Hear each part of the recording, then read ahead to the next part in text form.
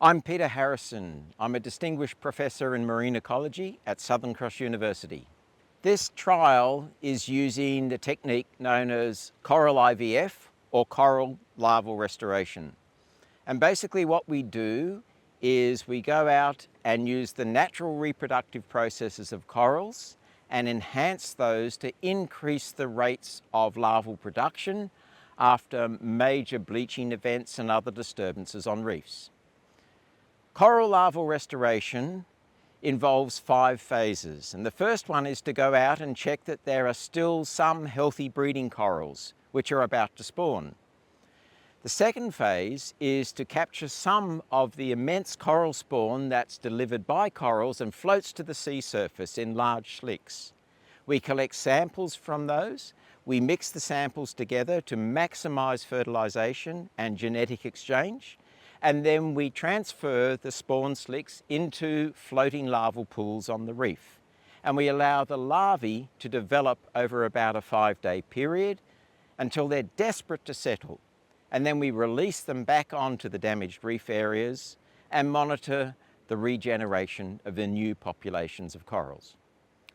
What we hope to achieve in this trial is to start to engage with local stakeholders, traditional owners, local community members, local businesses, to build a network and build their capacity to help us with a larger scale larval restoration in the future. We also are going to take advantage of 2 main spawning seasons this year. The first one is about to happen on the reef out at Bundigi, and then in April after the full moon, we'll be going down to Coral Bay and doing a larger larval restoration trial down there. We've developed a lot of these techniques in the Philippines, and I've been working with colleagues there successfully for more than 12 years. And we've been able to restore many different types of corals, from tiny microscopic larvae through to breeding size corals within 2 to 3 years. And so we're now able to think about larger scales of restoration using this technique, because we've shown that at near hectare scales we can be successful in the Philippines.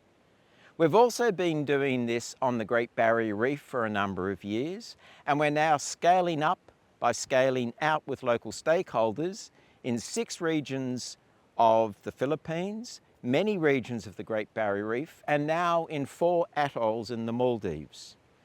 So we know this process can be effective, and now it's transferring the knowledge we've got to a broader stakeholder community-led approach to enable larger scales of restoration in the future. Each reef system is different, and then this amazing Ningaloo region, which is so different from so many other parts of the world, it's so unique that we want to make sure that by doing some pilot studies, we can understand the way in which the reef functions here and the way in which we may need to slightly adapt our technique to suit the conditions on these reefs. So every time we do this, we learn more, and it makes us more efficient by being more adaptable to a range of different reef systems. We also need to learn from the traditional owners of this sea country, and we're hoping for a 2-way partnership and knowledge exchange to build our understanding of each other's understanding of the reef. What we hope to gain from this pilot study over March and April is to work out how to scale this to much larger scales. So our ambition is to get to many hectares of restoring coral reefs at breeding size within a few years across different parts of the reef system, and then from that build into even larger scales in the future.